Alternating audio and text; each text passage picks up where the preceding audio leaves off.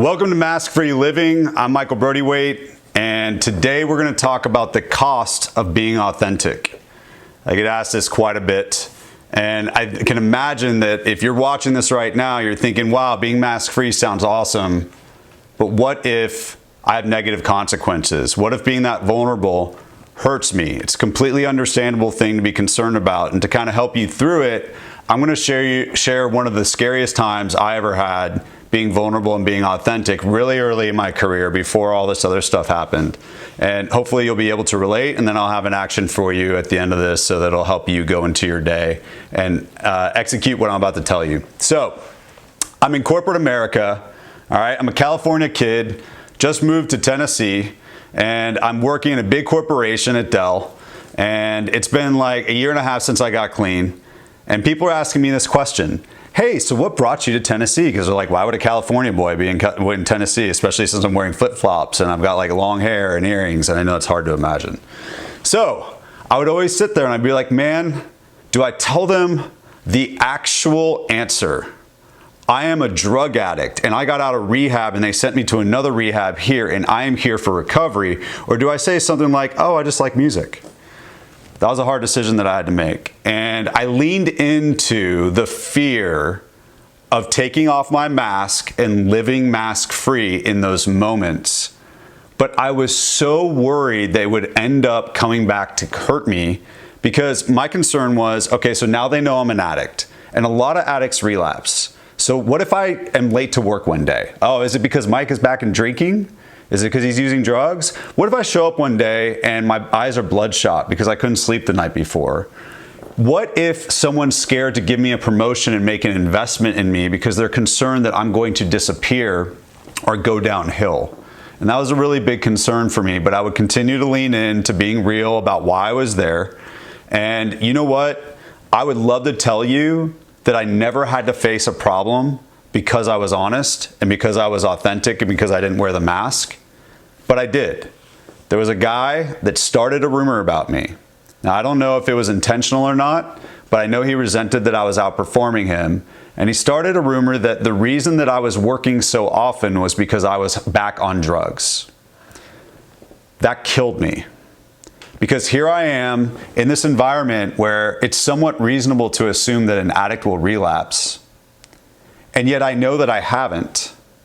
And someone's characterized me in a way that brings all my deepest, darkest fears up to the surface. And so I sat there and I'm like, you know what? I should have never let the mask down. I should have never been vulnerable. This is my worst nightmare. And so I want to ask you if you can guess what happened to me as a result of the worst thing occurring. Did I get kicked out of the company? Did I get fired? Did I get demoted? Was there an inquiry? Nothing happened. Absolutely nothing happened. And that's one of the moments when I learned something that a spiritual mentor gave me. He said, 99% of the worst things that ever happened in my head. Nothing bad happened. But here's the most important thing to consider. There were so many good things that happened because I leaned in to being mask free. By being open about being a recovering addict, suddenly I was the guy to go to if someone in the company was struggling with addiction. And there were people that were struggling. And every year I would have multiple people come to me, confide in me, and I still stay in touch with some of those people to this day that have a decade or more of recovery. And so for me, I was scared that I was going to hurt myself by taking off the mask, and I didn't think about how much I would be helping others when I did. And so for you, as you think about living in a world that makes it really hard to walk around, to live, and to lead mask-free, what's the thing that you're holding back, that you're scared will make you vulnerable, that you're scared people will take advantage of you?